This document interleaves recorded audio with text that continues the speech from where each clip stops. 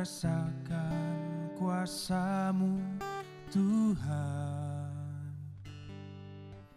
Ku rasakan kasih kuasa Roh Kudus. Ku rasakan kehadiran-Mu. Ku rasakan kasih-Mu Tuhan. Ku rasakan kuasa-Mu Tuhan. Ku rasakan kasih kuasa Roh Kudus. Ku rasakan kehadiran-Mu.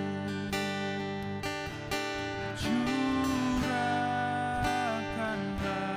kuasa-Mu Tuhan. Mujizat terjadi di tempat ini.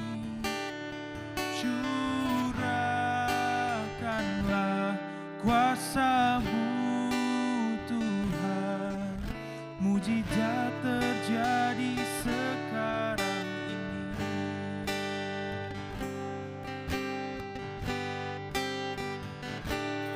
Ku rasakan kasih-Mu Tuhan. Ku rasakan kuasa-Mu Tuhan.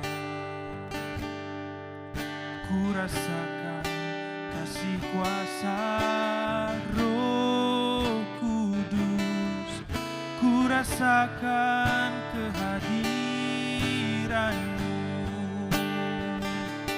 Curahkanlah kuasa-Mu Tuhan. Mujizat terjadi di tempat ini. Curahkanlah kuasa-Mu Tuhan. Mujizat terjadi sekarang ini. Curahkanlah kuasa-Mu Tuhan. Mujizat terjadi di tempat ini. Curahkanlah kuasa-Mu Tuhan. Mujizat terjadi sekarang ini. Haleluya. Ku percayakan Engkau melakukan mujizat. Curahkanlah ya Bapa. Terima kasih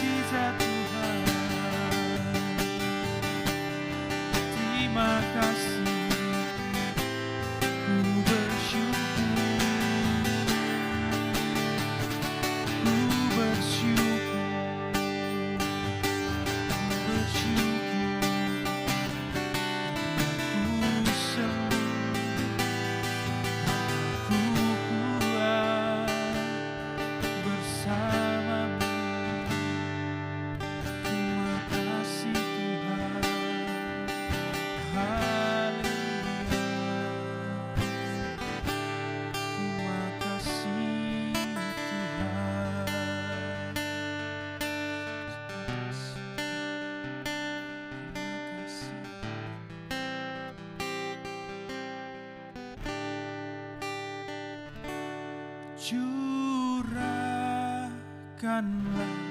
kuasa-Mu Tuhan, mujizat terjadi di tempat ini. Curahkanlah kuasa-Mu Tuhan, mujizat terjadi sekarang ini. Curahkanlah kuasa-Mu Tuhan, mujizat terjadi di tempat ini. Curahkanlah kuasa-Mu Tuhan, mujizat terjadi sekarang ini.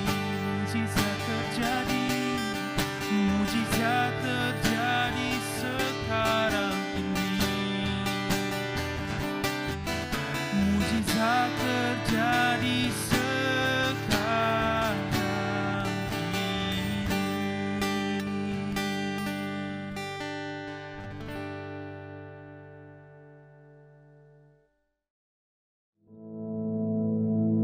Our Father, which art in heaven, hallowed be thy name.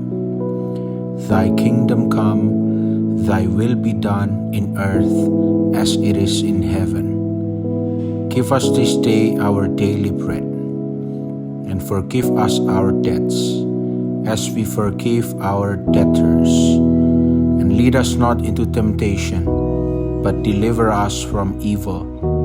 For thine is the kingdom, and the power, and the glory, forever. Amen.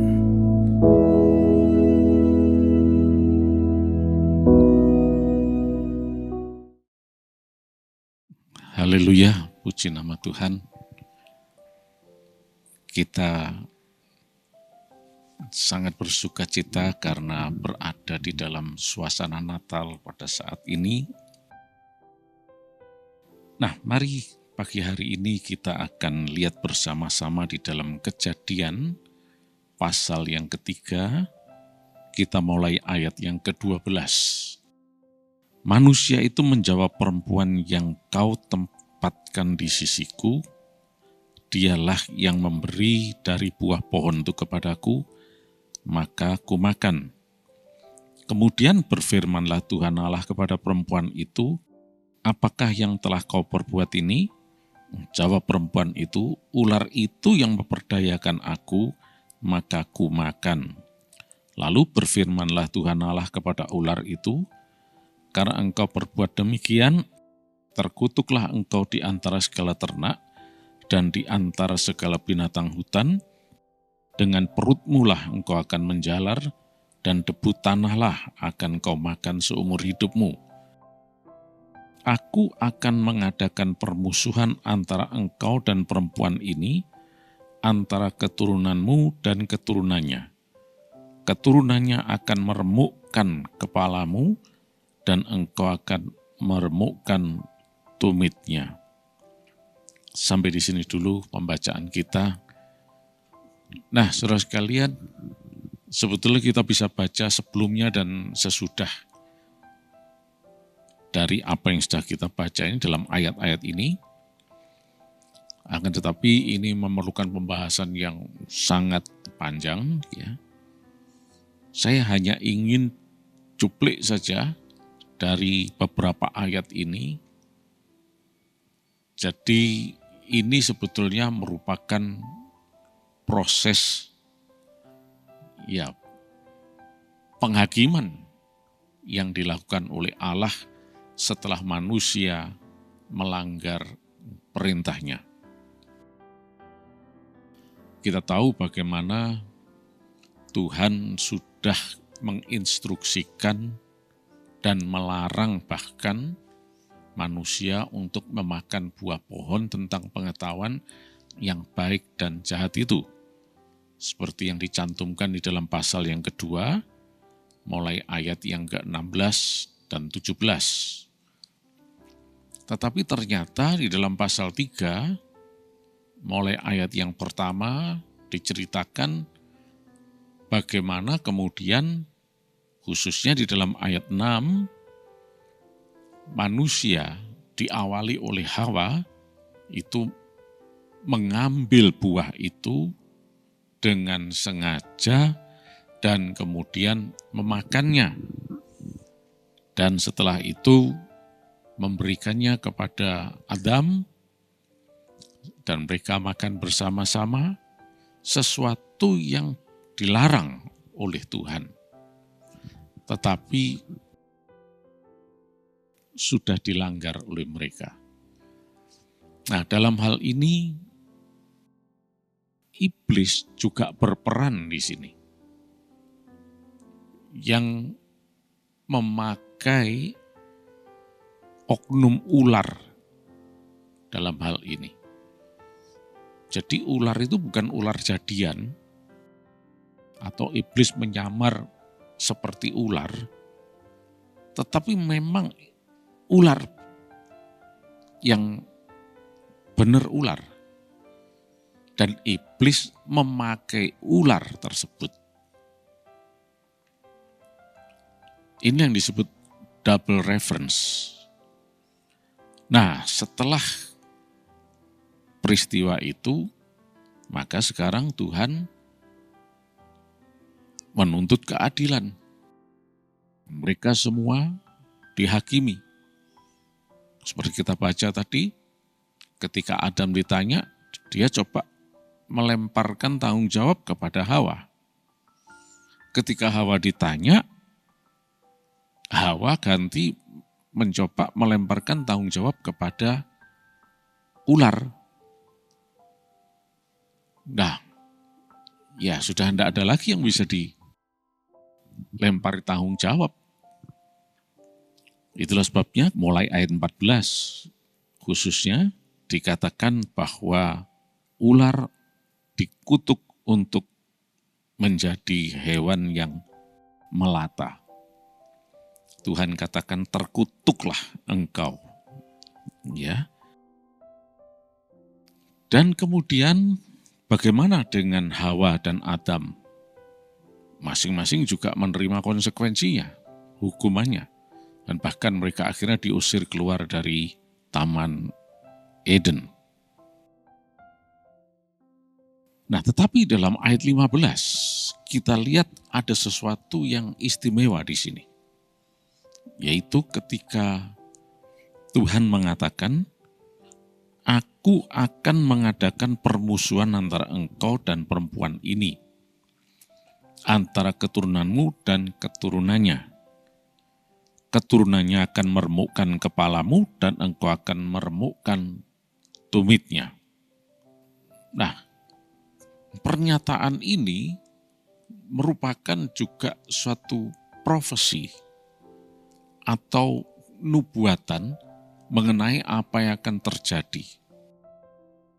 Kalau kita berbicara mengenai profesi, maka itu bukanlah sesuatu yang bisa dijabarkan secara matematis, seperti menghitung 1 tambah 1 pasti 2. Suatu profesi bisa merupakan suatu gambaran, ilustrasi dan sebagainya, ya. Tetapi ada message yang penting di situ. Nah, di sini kita melihat ada message yang penting, yaitu keturunan wanita itu akan meremukkan kepalamu. Keturunan wanita ini, keturunan Hawa, dan kita tahu bahwa Hawa lah yang kemudian mempunyai kemampuan untuk memberi keturunan, yaitu melalui mengandung janin di dalam perutnya, kemudian setelah kurang lebih 9 bulan, maka janin tersebut dilahirkan. Dan muncullah bayi yang hidup, yang kemudian akan bertumbuh, menjadi besar, ya disebut manusia dewasa. Ya. Nah, jadi di sini kita perhatikan kata keturunan perempuan. Ribuan tahun kemudian, kita tahu bahwa di Bethlehem dilahirkan juga seorang bayi yang merupakan keturunan perempuan. Kalau kita baca di dalam Matius pasal yang pertama, ya, diceritakan di sana, antara lain secara khusus kalau kita cek di dalam ayat 23, ya, mari kita lihat. Dikatakan, sesungguhnya anak dara itu akan mengandung dan melahirkan seorang anak laki-laki, dan mereka akan menamakan dia Immanuel, yang berarti Allah menyertai kita. Nah, ini juga adalah profesi, tapi dari Nabi Yesaya. Coba kita lihat ayat yang ke-22, hal itu terjadi supaya genaplah yang difirmankan Tuhan oleh Nabi. Nah, ini diambil dari Yesaya 7 ayat yang ke-14. Nah, di dalam ayat yang 21 dikatakan, ia akan melahirkan anak laki-laki dan engkau akan menamakan dia Yesus, karena dialah yang akan menyelamatkan umatnya dari dosa mereka. Nah, jelas di sini Maria dikatakan tadi adalah anak dara tersebut. Dia belum pernah menikah, tetapi kemudian dia melahirkan seorang anak. Dan itu adalah keturunannya, keturunan wanita ini. Seperti dikatakan di dalam ayat 15, dalam Kejadian 3 tadi, bahwa keturunan perempuan itu yang dilahirkan akan meremukkan kepala ular tersebut. Jadi perempuan ini akan melahirkan seorang anak bayi, dan kemudian keturunan inilah yang akan meremukkan kepala ular tersebut. Ini juga merupakan profesi kepada iblis. Coba kita lihat lagi di dalam Roma, pasal yang ke-16, ayat yang ke-20. Semoga Allah sumber damai sejahtera segera akan menghancurkan iblis di bawah kakimu. Kasih karunia Yesus Kristus Tuhan kita menyertai kamu. Nah, jelas di sini ular dan iblis sama-sama akan mengalami hukuman. Kepalanya akan diremukkan. Dan kita tahu bahwa 2000 lebih tahun yang lalu, di atas salib itu, keturunan perempuan yang dilahirkan di Bethlehem itu, pada malam Natal, yaitu Yesus Kristus.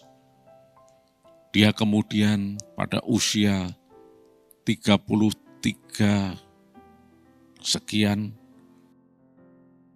harus mati di atas kayu salib. Dikuburkan, tapi bangkit pula pada hari yang ketiga dan menghancurkan kuasa iblis. Seperti apa yang dikatakan dalam Kejadian pasal 3 ayat 15 tadi.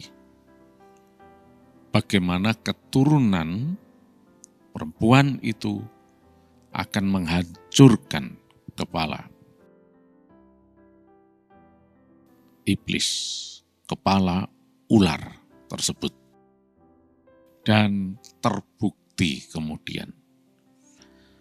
Nah, jadi saudara sekalian, kita bisa melihat jelas sekali di sini profesi tersebut, nubuat tersebut digenapkan di dalam diri Yesus yang ternyata adalah keturunan dari perempuan yang merupakan juga adalah keturunan dari Adam dan Hawa. Itulah sebabnya Kejadian pasal 3 ayat 15 ini disebutkan sebagai the first gospel, Injil pertama. Injil itu adalah kabar gembira. Kabar gembira itu berbicara mengenai keselamatan di dalam Yesus. Dengan dihancurkannya kepala dari ular, iblis tersebut, maka terbukalah jalan bagi manusia yang berharap kepada Yesus untuk menerima anugerah keselamatan. Inilah yang disebut the first gospel. Mengenai tumitnya akan diremukkan, ya Tuhan Yesus memang harus mati di atas kayu salib untuk menghancurkan kuasa iblis tersebut. Tetapi kan hanya tumit, tidak mematikan. Tapi kalau kepalanya diremukkan, ya berarti sudah tamat. Dan sekarang iblis ini sebetulnya sudah diremukkan oleh Yesus, dan kita sebagai orang-orang yang percaya kepada Dia, pengikut Yesus, kita tinggal menikmati kemenangan saja di dalam Dia. Iblis sudah tamat. Dia tidak bisa lagi menghalangi anugerah keselamatan Yesus itu.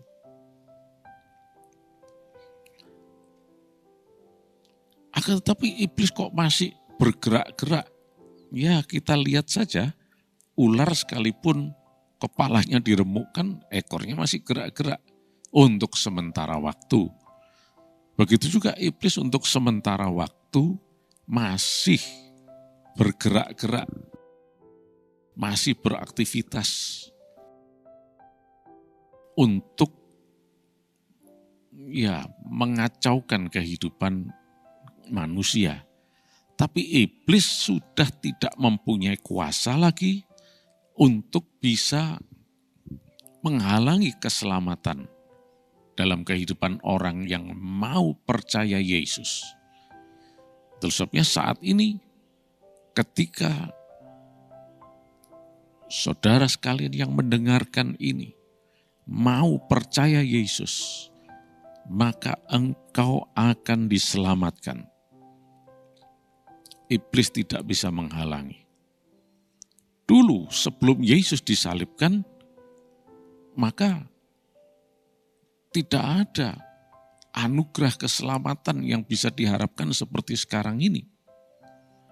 Karena iblis masih leluasa, berkuasa, menghalangi.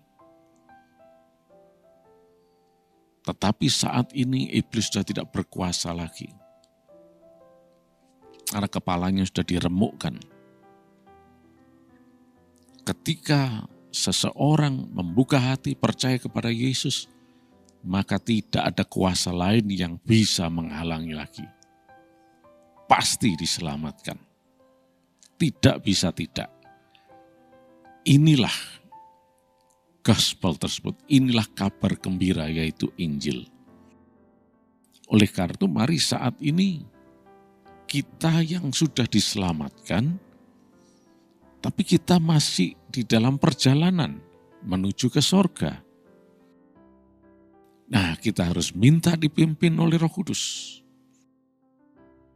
Dipenuhi Roh Kudus. Dikendalikan sepenuhnya oleh Roh Kudus. Supaya tidak kena sabet ekornya iblis. Iblis memang tidak bisa membatalkan keselamatan kita. Tapi dia bisa mengganggu masih. Sehingga manusia bisa keluar dari jalur divine destiny-nya. Yang berakibatkan pada akhirnya kehilangan anugerah. Tapi mari saat ini kita betul-betul menyadari hal ini. Kita butuh pimpinan Roh Kudus. Puji nama Tuhan. Kita diselamatkan dalam nama Yesus. Mari kita berdoa. Terima kasih Yesus, Kau Allah yang baik, Engkau sudah menyelamatkan kami.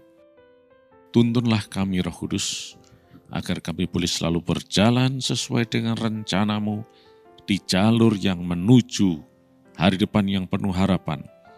Bahkan keselamatan yang kekal yaitu kerajaan sorga.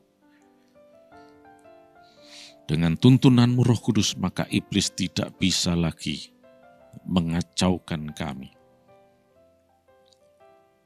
Kendalikan kami sepenuhnya Roh Kudus.